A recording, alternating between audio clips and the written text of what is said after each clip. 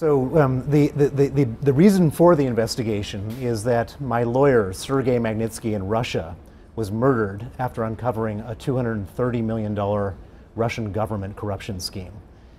Since we couldn't prosecute the people for murder in Russia because Putin covered it up, we've looked for where the money went that he was killed over. And we have a number of different law enforcement agencies around the world who have opened investigations. And in this particular case, there was a French law enforcement investigation into money laundering and a Lithuanian money laundering investigation.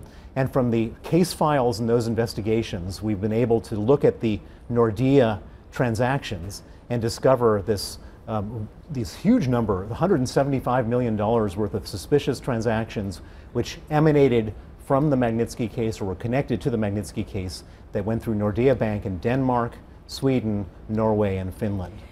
Back in 2013, you also asked the Danish prosecutor to look into Nordea. Back then they declined. Why do you think this time is going to be different?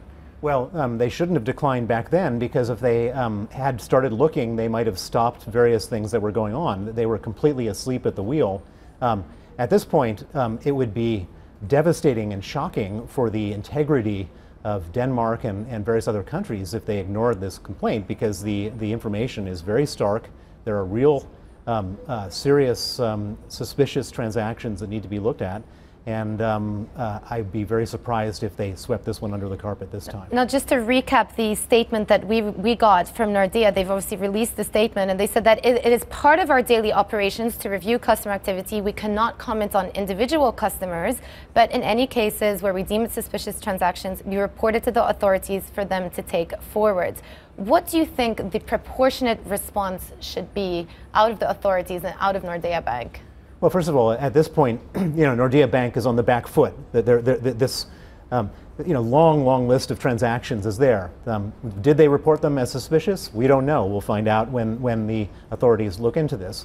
But at this point, the bank itself should be investigated, and it should be investigated with great fearlessness and rigor by the prosecuting authorities of these Scandinavian countries. Are you suggesting that sanctions against banks and also people who commit these type of activities should be more onerous than currently what is at play? Well, at the moment, it's a joke what's going on in terms of money laundering enforcement in Denmark for sure, and we'll see in these other countries. I mean, these countries have created a permissive environment where Danske Bank for sure, and now we're going to find out what the authorities find out about Nordea Bank, and there could be more.